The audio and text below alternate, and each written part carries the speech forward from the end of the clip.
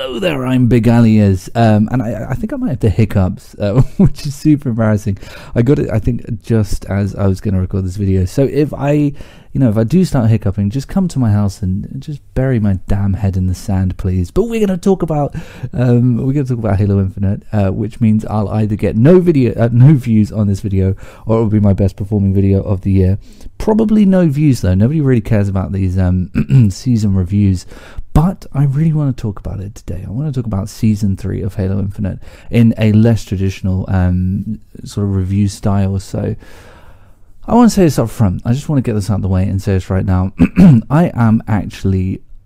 I'm very happy about the run-up to Season 3 of Halo Infinite.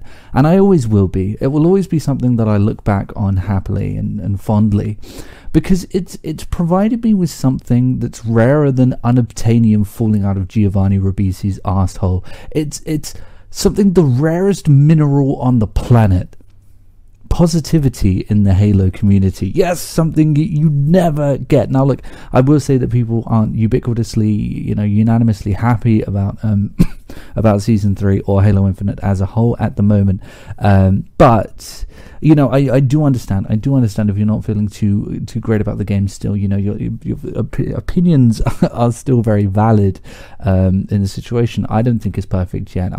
It's still lacking a progression system somehow. I don't know how they didn't prioritize a progression system, and I can't call it a truly great game until it has one. But I mean, look, the Season 3 trailer on YouTube had almost 100,000 views more than the Season 2 trailer, and had a way better like to dislike ratio, and people are generally overall sort of coming around to the game and speaking positively about it. Now, this is the first time since the launch of the game that people have been speaking positively about Infinite, and this one's going to blow you away.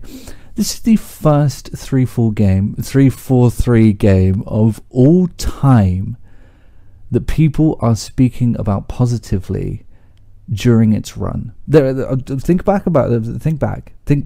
There has never been a 343 game.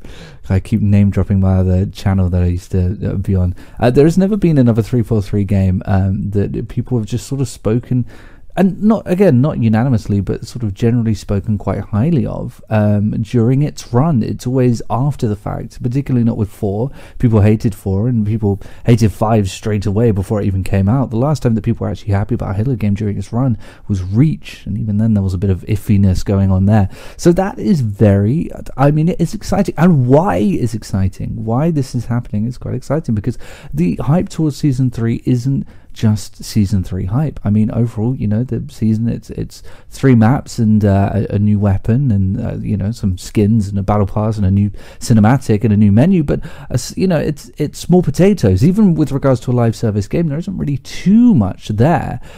What's exciting is what came before it and between Season 2 and 3. I mean, between Season 2 and 3, we got Forge Mode, which was the biggest addition to Infinite, I think, of all time. We got a custom game browser, which we didn't even think we'd get. We got Forge matchmaking. We got the origin of a new XP progression system. We got all of these core fundamental changes in the gap between seasons, not actually during the season. And I think what gets people so excited about that is that is actually causality. It's cause and effect, because the reason that we've received all of this comes as a direct response to a huge shake-up that happened to a developer that none of us were really feeling too great about, or too confident about. Last year, towards the tail end of the year, a bunch of management were fleed out. They either left or they were shooed off. Lots of upper management. Bonnie Ross left. I'm trying to find a negative in that, I really am, but yeah, all of these upper management suits who are just, obsessed with the notion of making money from Halo being an esport and stuff like that, they all left, they all fled the scene, and they left with them what was left of 343, and suddenly we started getting a flood of new content and things that we asked for and sort of begged for, and we got all of this new stuff that we didn't even expect to be getting, maps that we didn't expect to be getting, more maps than we were actually promised to begin with. It's crazy how, isn't it crazy how after losing all of the upper management and losing all of the suits who were paid a ridiculous amount of money, we got more content? We got more stuff after the upper management left? Why is that? Why could that be? I mean, aren't they paid an insane amount of money to increase productivity? I don't know. Maybe there's a lesson to be learned here. I don't know. Maybe I'm just talking crazy right now. But yes, it's causality. We're feeling the effect, the wave of all of those, slick back hair suits leaving the business to the people who actually wanted to make the games. And so this is a giant shake-up, and people are feeling the response of that, and they're feeding back to it. So actually positivity has been a bit of an all-time high with regards to post-launch for Halo Infinite since the winter update. That really turned people in a positive way. So I think spiritually what people were really looking forward to with regards to Season 3 was a reboot, a restart, and this felt like a signpost. At the time that we could plant the flag in the ground and say, this is when it got good, this is when things started going well. And I think that what we're seeing now is the future of Halo Infinite. I think it really starts now. Now, do I think that means that we're going to get an influx of new players? It saddens me to say no. I think this is a point where we can finally plateau. We haven't plateaued since the game came out. It's just been falling and falling and falling and falling.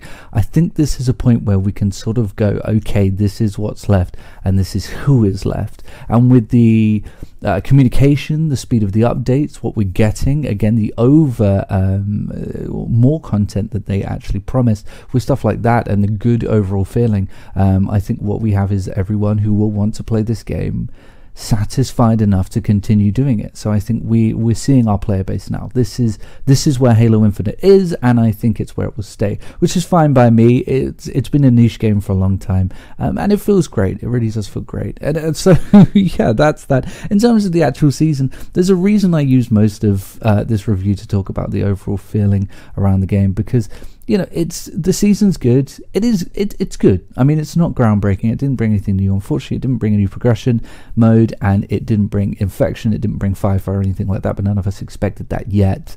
But it did, however, bring 3 awesome maps. I really like the new maps. Cliffhanger, Chasm, and Oasis, I think. Cliffhanger is our first glimpse at nostalgic throwback Halo Reach aesthetics. This is the first time that we've seen that, and they've done it well. I think this is one of potentially the best looking arena map on Halo Infinite. It really is a gorgeous map, and it plays well. It's very vertical. I didn't expect it to be as vertical as it is, and that is really great. Speaking of Oasis, which I wasn't, Oasis is a BTB map, and it is absolutely stunning. A really gorgeous map, and I love the way this map looks. It's beautiful. The colors pop. It's a very lush environment. Very sandy, a different biome for us to explore, which is really great.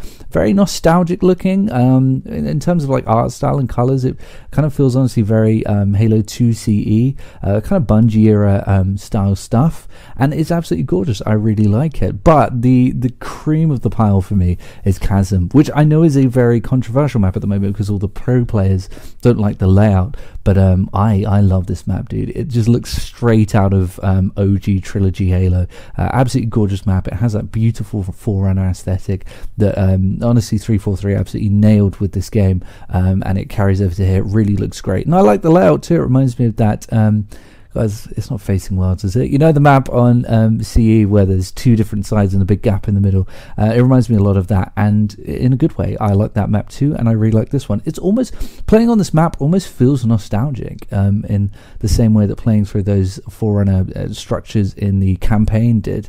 And I'm so glad that that's part of the multiplayer suite now, so I'm really happy about that. The Bandit Rifle, it's okay. I like it. I will say that I have a weird complaint about the Bandit Rifle that I really didn't expect to be making in 2023, but it doesn't have enough feedback. It doesn't have enough rumble in the controllers for me. There's just not much feedback to it. You can't really feel the bullets with this weapon. I mean, again, it does feel good and it's an interesting weapon, but I mean, it might just be me. I'm playing on a Series X, but I don't feel as though there's enough punch, enough of a rumble in the controller for it to really feel like a powerful weapon. The Shroud is fun, sort of. I don't really use the equipment very much, aside for the grappling hook. It's okay, it's an interesting thing. I love the new UI, and I really, really like the new cutscene. I want to see more cutscenes like this. I never usually care about live service cutscenes. I've played a lot of Call of Duty live service, and I never even bother with any of the cutscenes because they were so stupid. But I really, really like the cutscene for Season 3, so that's absolutely fantastic. And I will say that door with the Oni symbol, That's the type of shit we want to see with live service. I will say, I know I kind of downplayed season 3, but that's what we want to see, dude. That is mystery. I've seen people on Twitter tweeting about, like, what is behind that door, you know, what's going on? And apparently if you stand near it, you can hear mysterious sounds. This is what I want. I want dynamic effects on the maps, and I really want to know what's behind the door too, so that's absolutely great. The new season will be coming out in just 3 months time, so we're hopefully going to be heading on to a road of seasonality, and overall I like season 3, and once they add a progression mode, I could be maining infinite, who knows. But those are my thoughts on season 3, and I guess I will see everyone later.